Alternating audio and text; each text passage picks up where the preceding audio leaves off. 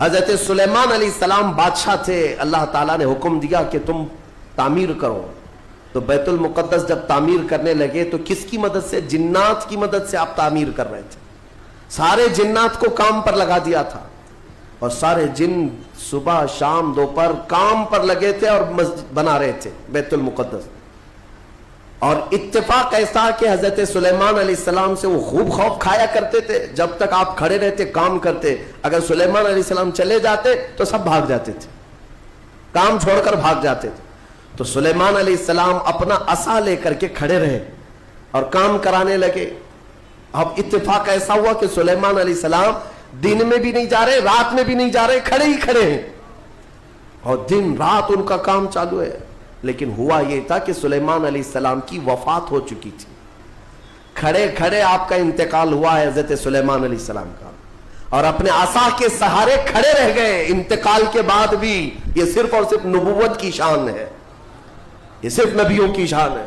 قرآن میں ہے، اللہ تعالیٰ نے فرمایا فلما تبینت الجن، جنات کو کب معلوم ہوا پتا ہے؟ دیمک نے حضرت سلیمان علیہ السلام کی لکڑی کو کھا لیا. یہ جو عصا تھا دیمک کھا گئی. دیمک کھانے کی وجہ سے لکڑی ٹوٹی.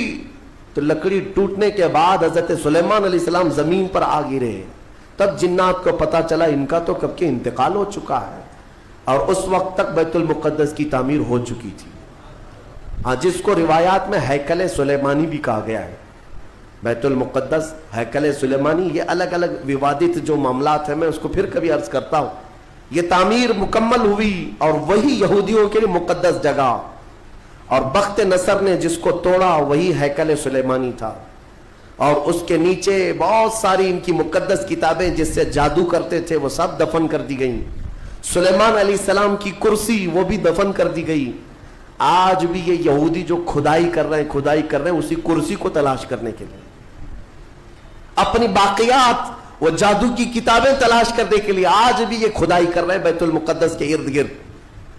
اور یہ جو تھرڈ ٹیمپل کہتے ہیں، تیسرا مندر تعمیر ہونا ہے، وہ تھرڈ ٹیمپل کا مطلب یہی ہیکل سلیمانی کو انہیں بنانا ہے، بیت المقدس کو ہدم کر کے، منہدم کر کے. یہ جو مسجد اقصی ہے اس کو ختم کر کے انہیں وہاں پر تھرڈ ٹیمپل بنانا ہے. یہ ان کا خواب ہے. یہودی وہاں سے قتل ہوئے، عیسائیوں کا قبضہ آیا.